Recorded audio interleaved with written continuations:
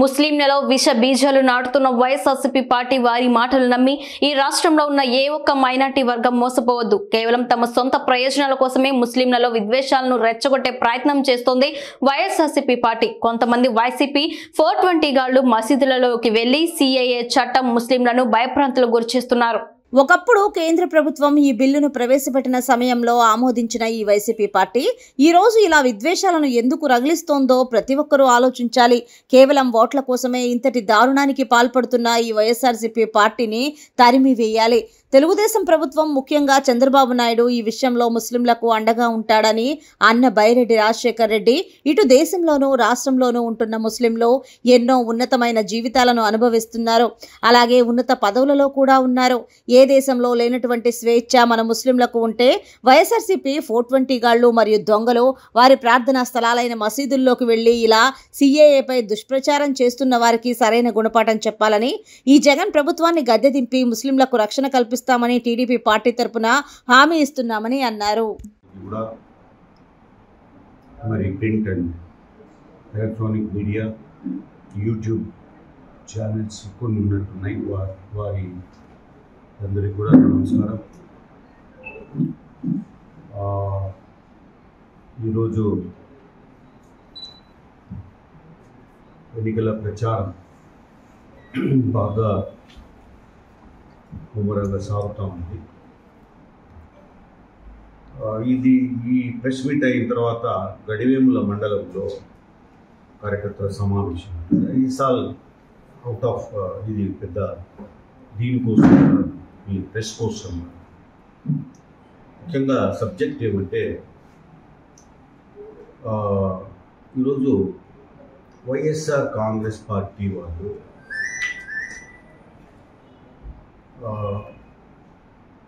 ప్రచారం చేస్తున్నారు.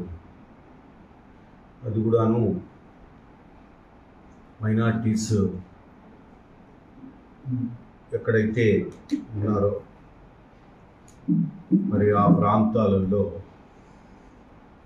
మసీదులకు వెళ్ళి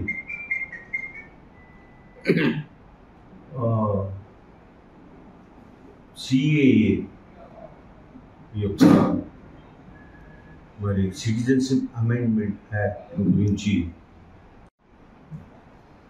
ఆ సిఏఏ కనుక వస్తే ముస్లిమ్స్ మనం ఎవరు ఉండలేము, దేశం విడిచిపెట్టిపోవాల్సి వస్తుంది అన్నటువంటి భయంకరమైనటువంటి ప్రచారాన్ని ఈరోజు ప్రతి మసీదు పోయి చెప్తున్నారు. ఎవరు చెప్తున్నారు ఏంటి అనేది తర్వాత విషయం. దాదాపుగా ఎక్కడైతే మైనారిటీస్ ఎక్కువగా ఉన్నారో ఎక్కడైతే మసీదులు ప్రార్థన కోసం పెట్టినటువంటి మసీదులు ఉన్నాయో దానిలోకి వెళ్ళి తప్పుడు ప్రచారాన్ని ఈరోజు చేస్తూ ఉన్నాం. ఎన్నికలలో మైనార్టీల మద్దతు కూడగొట్టేదానికి వాళ్ళను మరి ఈ రకంగా భయభ్రాంతులకు గురి చేసి ఈ సిఏఏ వల్ల మీ అందరికీ నష్టం జరుగుతుంది, ఈ దేశము విడిచిపెట్టిపోవాల్సి వస్తుంది. ఇన్ని కోట్ల జనాభా ఉన్నటువంటి ఈ భారతదేశంలో ముస్లింలు హిందువులు అంతా ఒకటిగా జీవిస్తూ ఉన్నాం. ఎవరి పనులు వాళ్ళు చేసుకుంటున్నారు. ఇళ్ళల్లో వ్యవసాయదారులు ఉన్నారు, ముస్లిమ్స్లో వ్యాపారస్తులు ఉన్నారు. అదే రకంగా మరి అన్ని రంగాలలో ఉన్నటువంటి వాళ్ళు ఈ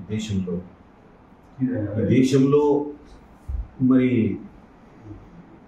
రాజ్యాంగపరంగా అందినటువంటి మరి హక్కులు ఏవైతే ఉన్నాయో చాలా సుఖంగా ఉన్నారు వాళ్ళంతా కూడా. పాకిస్తాన్లో ఉన్నటువంటి ముస్లింల కంటే, వేరే దేశాల్లో బంగ్లాదేశ్లో ఉన్న ముస్లింల కంటే భారతదేశంలో ఉన్నటువంటి ముస్లిమ్స్ కష్టపడిన వాడు అందరూ కాదు, కష్టపడి వ్యాపారం చేసుకొని లేకపోతే వ్యవసాయం చేసుకొని ఎంతోమంది సాఫ్ట్వేర్ ఇంజనీర్స్, ఎంతోమంది కలెక్టర్లు అయ్యారు, ఎంతోమంది చాలా ఉన్నత పదవుల్లో కూడా వచ్చారు. ఈవెన్ ముస్లిమ్స్లో లేడీస్, గర్ల్స్ చాలా ఇంటెలిజెంట్గా ఈరోజు వాళ్ళ కోర్సెస్ పూర్తి చేసుకొని మంచి జాబ్స్లోకి వెళ్ళిపోతున్నారు. దానిలో సైంటిస్టులు ఉన్నారు.